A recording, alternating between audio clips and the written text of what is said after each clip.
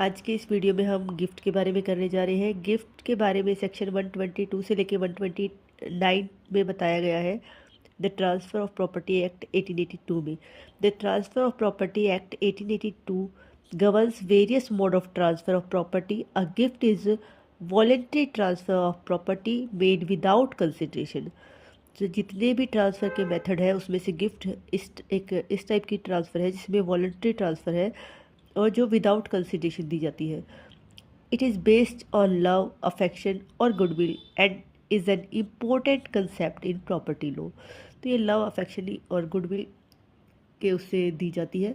A valid gift require free consent, acceptance and transfer of ownership. तो जो gift के अंदर होती है वो ट्रांसफ़र ऑफ ओनरशिप होता है और यहाँ पे फ्री कंसेंट होनी चाहिए, यानी वॉलंटरी ट्रांसफ़र हो और एक्सेप्टेंस हो तो ही आप उसको गिफ्ट बोलोगे। तो डेफिनेशन जो गिफ्ट की है वो सेक्शन 122 में दी गई है।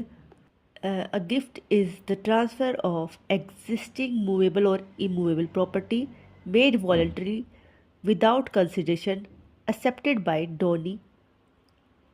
डोनर और डोनी यहाँ पे दो पार्टीज होती है। डोनर जो पर्सन मेकिंग गिफ्ट और डोनी जिस पर्सन एक्सेप्टेड गिफ्ट। तो जो मूवेबल या इमूवेबल प्रॉपर्टी के रिस्पेक्ट में गिफ्ट हो सकता है, एग्जिस्टिंग होनी चाहिए प्रॉपर्टी, ऐसा नहीं कि फ्यूचर में आएगी। मोड वॉलंटरली होएगा, आपकी फ्री विल होनी चाहिए। उसके बाद विदाउट कंसिडरेशन होएगा और एक्सेप्ट करे डोनी। तो जो एक्सेप्टेंस होएगी वो during life time of donor होनी चाहिए। तो गिफ्ट के एसेंशियल एलिमेंट की बात करें तो essential element of a valid gift, transfer bye party property, transfer of property sorry property में क्या ओनरशिप ट्रांसफ़र होनी चाहिए, दैट इज़ मूवेबल हो या इमूवेबल हो प्रॉपर्टी। पार्टीज होगी दो, डोनर और डोनी। डोनर आपका कॉम्पिटेंट होना चाहिए, that is major sound mind और लीगली आपका कैपेबल होना चाहिए। डोनी क्या होना चाहिए, कोई भी पर्सन हो सकता है, माइनर भी हो सकता है, अनबोर्न भी हो सकता है, but must be capable of accepting. वो खुद एक्सेप्ट कर ले या उसके बिहाफ पे कोई उसका गार्जियन करे। वॉलेंट्रीली ट्रांसफ़र होनी चाहिए, freely and willingly, no cause by coercion, fraud या अनड्यू इन्फ्लुएंस के उससे ना किया गया हो ट्रांसफ़र। विदाउट कंसिडरेशन हो ये, दैट इज़ ग्रेटिट्यूस से नो प्राइस और कंसिडरेशन। तो ग्रेटिट्यूस आपने ट्रांसफ़र किया हो, कोई प्राइस ना लिया हो, कोई कंसिडरेशन ना ली हो। एग्जिस्टिंग प्रॉपर्टी की होनी चाहिए, ओनली फ्यूचर प्रॉपर्टी अलाउड नहीं है यहाँ पे। एक्सेप्टेंस बाय डोनी हो और बिहाफ ऑफ डोनी हो। If donor die before acceptance gift invalid. Must be during life time of donor. ठीक है, लाइफ टाइम ऑफ डोनर ये एक्सेप्ट कर लिया जाना चाहिए। और अगर डोनी एक्सेप्ट करने से पहले ही मर जाता है तो ये एक इनवैलिड है, वापस चला जाएगा डोनर के पास। Manner which is prescribed in section 123 of TP, किस मैनर में होगा। तो A gives is land to B without taking any money and B accepted, it is a valid gift. Example के लिए जो मतलब किस मैनर में होगा वो 123 सेक्शन में बताया गया है, वो क्या है वो हम बताएंगे आगे। एग्जाम्पल के लिए जैसे ए ने लैंड दिया बी को, B without taking any money, B से कोई मनी नहीं ली और बी ने उसको एक्सेप्ट कर लिया, तो एक वैलिड गिफ्ट है। जो मोड क्या था, mode of transfer of gift किस तरीके से होगा। 123 कहता है कि the mode of transfer of gift refer to the legal method by which a gift is made valid. कौन से ऐसे लीगल मेथड है जिससे हम कहेंगे कि गिफ्ट वैलिड है। Explain how a gift is made. Gift of immovable property या gift of movable property. Immovable property क्या होगा, must be made registered instrument signed by donor और his authorized agent, attested by at least 2 witness. Gift जैसे है land का है, house का है, ठीक है, तो ये रजिस्टर होना चाहिए। बट इमूवेबल प्रॉपर्टी के केस में क्या होगा, रजिस्टर्ड इंस्ट्रूमेंट अगर है आपका तो वही, अगर आप रजिस्ट्री ऑप्शन होता है यहाँ पे रजिस्ट्री करवाओगे तो आपका क्या है, वही साइन होने चाहिए डोनर के या उसके ऑथराइज एजेंट के, अटेस्टेड होना चाहिए एटलीस्ट 2 विटनेस से। या फिर आप डिलीवरी बाय प्रॉपर्टी आप कर सकते हो, वो आपकी एक्चुअल डिलीवरी हो सकती है, कंस्ट्रक्टिव भी हो सकती है, जैसे कार, ज्वेलरी और बुक। तो ये किसी तरीके से आप डिलीवरी ऑफ प्रॉपर्टी से भी कर सकते हो और इसकी रजिस्ट्री भी करवा सकते हो, ये ऑप्शनल होता है आपका मूवेबल प्रॉपर्टी के केस में। पर सेक्शन 124 बताता है कि gift of existing and future property. अगर a gift can made only of existing property, gift of future properties यानी आपने कोई गिफ्ट किया एक एग्जिस्टिंग प्रॉपर्टी का और एक फ्यूचर प्रॉपर्टी का, तो जो एग्जिस्टिंग प्रॉपर्टी का वो आपका वैलिड गिफ्ट होएगा, और जो फ्यूचर प्रॉपर्टी का है वो वॉइड हो जाएगा, इनवैलिड होएगा।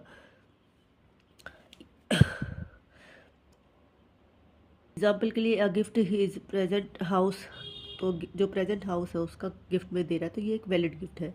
फ्यूचर इनकम का कुछ होगा तो वो वॉइड हो जाएगा, इनवैलिड होएगा, ठीक है।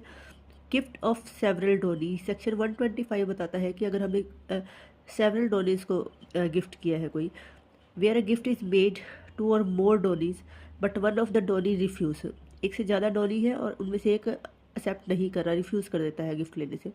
To accept the gift the law says the gift remain valid for the donee who accepted, तो जो एक्सेप्ट कर रहे हैं उनके रिस्पेक्ट में ये वैलिड गिफ्ट होगा, जिसने रिफ्यूज़ कर दिया उनके रिस्पेक्ट में ये एक वॉइड होएगा। A gift land equally to B and C, एक लैंड करता है गिफ्ट बी और सी को इक्वली, बी एक्सेप्ट कर लेता है और सी रिफ्यूज़ करता है, तो B get his half share और सी का जो शेयर है वो वापस ए को चला जाएगा और ये वॉइड गिफ्ट होगा, ठीक है।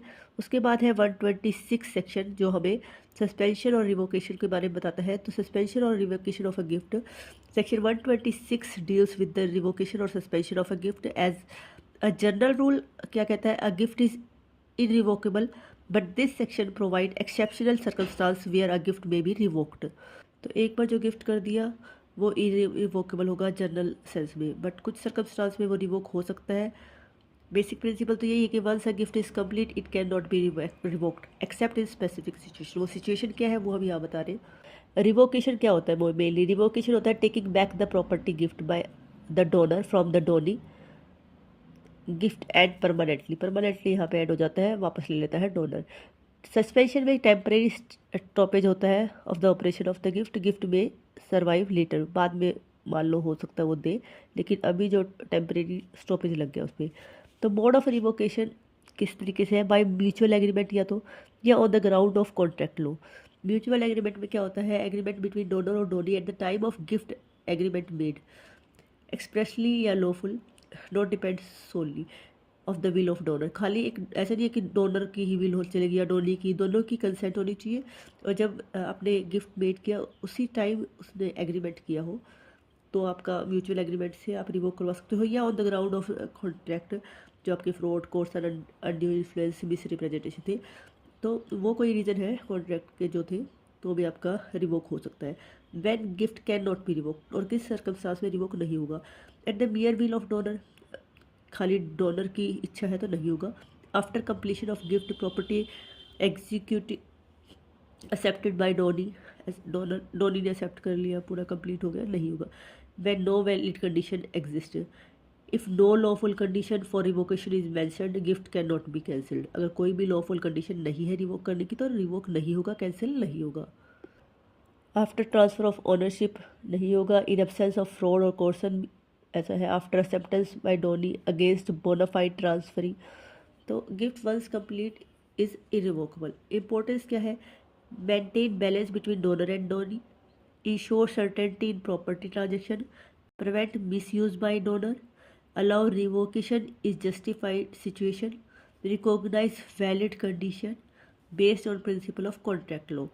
तो जो रिवोकेशन कि ये जो है मतलब नॉर्मली तो ये डोनर इसको मिसयूज़ कर पाए, वही हाँ जब दिया उसका मन किया वापस ले लिया, ऐसा ना हो, कुछ जस्टिफाइड कंडीशन हो तभी वो रिवोक करवा सके, और जो बेसिक प्रिंसिपल है कॉन्ट्रैक्ट के वो उन पे बेस्ड हो। एक केस है आपका Gamtibai versus Mattu Lal. Donor executed a gift deed and later tried to revoke it. There was no valid condition for revocation in the gift. तो यहाँ पे जजमेंट क्या the Supreme Court had that gift can not be revoked without a valid condition on legal ground. Mere of donor is not enough, तो सिर्फ donor की इच्छा है कि वो वापस ले जाता है तो वो वापस नहीं ले सकता, कोई वैलिड रीज़न होगा तभी ले सकता है, सुप्रीम कोर्ट ने यहाँ पे हेल्ड किया। उसके बाद सेक्शन 127 है ऑनरस गिफ्ट के बारे में। An onerous gift is a gift that comes with a burden और ऑब्लिगेशन अटैच टू इट। तो एक ट्रांजेक्शन में हमारा होता है कि बर्डन भी है और बेनिफिट भी है, नॉट प्योरली बेनिफिशियल, ओनली मतलब प्योरली बेनिफिशियल ही हो ऐसा नहीं होता कई बार। The donee must accept the gift along with its burden, यानी डोनी को एक्सेप्ट करना होगा उसको बर्डन के साथ। तो बेनिफिट प्लस बर्डन दोनों होते हैं ऑनरस गिफ्ट के अंदर। He who accept the benefit must also bear the burden, जो एक्सेप्ट करेगा बेनिफिट को उसको बर्डन को भी एक्सेप्ट करना पड़ेगा। गिफ्ट विद लाइबिलिटी होता है या acceptance must be complete. Choice to reject भी होती है, यहाँ पे करना चाहे तो एक्सेप्ट करेगा तो उसको फिर बर्डन एक्सेप्ट करना है। चॉइस है एक्सेप्ट करे या रिजेक्ट करे, बट अगर एक्सेप्ट करेगा तो उसको बर्डन भी एक्सेप्ट करना पड़ेगा। गिफ्ट ऑफ मल्टीपल प्रॉपर्टी भी होता है कई बार। तो ऐसा है कि सिंगल ट्रांजेक्शन से अगर ऐसा कुछ हो रहा है कि आपका एक सिंगल ट्रांजेक्शन से आप में जिसमें बेनिफिट भी है और आपका ऑब्लिगेशंस भी है, तो आपको दोनों या तो एक्सेप्ट करनी पड़ेगी या रिजेक्ट करनी पड़ेगी। बट अगर सेपरेट है ट्रांजेक्शन तो आपका उसका बेनिफिशियली एक्सेप्ट कर सकते हो ओनली। उसके बाद section 128 that is universal Downey, a person who receive the entire property of the donor by the way of gift, जिसमें पूरी जो डोनर है वो अपनी पूरी प्रॉपर्टी एंटायर प्रॉपर्टी को गिफ्ट कर देता है। तो donor transfer all his asset movable हो या इमूवेबल हो टू द डोनी। तो यहाँ पे डोनी लाइबल होगा for all debts and liability of the donor. अगर वो एक्सेप्ट कर लेता हो ऐसे गिफ्ट को और यूनिवर्सल जो है तो उसको ऑल डेट और लाइबिलिटी को भी एक्सेप्ट करना होगा। यहाँ पे एक केस भी है हमारा अब्दुल रहीम वर्सेस श्री अब्दुल जबर। यहाँ पे फैक्ट थे, a gift of immovable property was made but there was a dispute regarding whether the gift was validity accepted by the donee. तो यहाँ whether a gift is valid without proper acceptance by the donee question आया। तो SC held that acceptance of gift is mandatory, it must be made during the life time of donor. Without acceptance gift valid नहीं होगा, वो void होगा। अब कौन से gift void होगी नॉर्मली? तो गिफ्ट जो जिसको हम गिफ्ट वॉइड बोलेंगे तो वो कंडीशन मेनली थी gift made by unlawful purpose. Unlawful purpose जो हमारा सेक्शन 6 में देखा कॉन्टेक्ट में, वो हमारा गिफ्ट वॉइड ही होगा। कोई अनलॉफुल पर्पस के लिए हो भी तुम इसको मार दो मैं तुम्हें गिफ्ट करूँगा, तो अनलॉफुल पर्पस नहीं होना चाहिए। Subject to condition and the fulfilment of which is impossible, कोई ऐसी कंडीशन है कि जो पूरी ना हो सके। Donee die before the acceptance, ये सेक्शन 122 में ही बताया था। Gift of existing as future property, existing property का तो वैलिड है बट अगर फ्यूचर प्रॉपर्टी का तो वो भी वॉइड हो जाएगा। Gift of several of whom one does not accept, बहुत सारों का आप गिफ्ट कर रहे हो जिसमें से एक एक्सेप्ट नहीं कर रहा, तो जो एक्सेप्ट नहीं कर रहा उसके रिस्पेक्ट में वॉइड होता है।